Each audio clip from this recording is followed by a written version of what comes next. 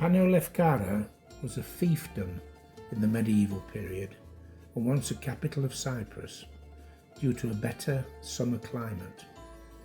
The village was more like a town before the Ottomans came and had more than 8,000 inhabitants. Partly for this reason, it has 45 churches and chapels. Because the old olive mill, which now serves as a museum, gallery, workshop and store, has around 150 icons of saints on display and has regular icon painting classes, it is a good place to tell the story of Cypriot saints. There are 29 Cypriot saints, and Cyprus is often called the Island of Saints. For Cypriot people, some of the 29 are very important. Saint Barnabas, Saint James the Minor, and Saint Paul, that is Saul of Tarsus, are all apostles or disciples, being 1/4 of the 12 disciples. Saint Spiridon was a bishop of part of Larnaca and is very much revered here, and many men are named after him, and women like Spirula. Saint Mamas and Saint Lazarus are buried on the island. For Lefkara itself, Saint Neophytus is very important. Although born in nearby Katodri, he lived in Lefkara before becoming a hermit. It is written that Neophytus criticised the Crusaders and Franks for killing Muslims. Saint Helena is very important.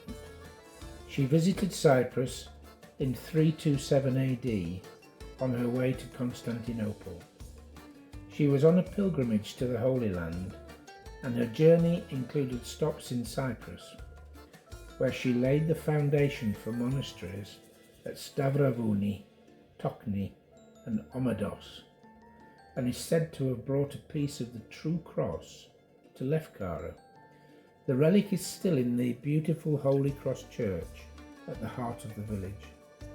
Saint Andronicus is known as a hero in Cyprus for a period when the Franks were falling out with the Venetians, and he is associated with Lefkara.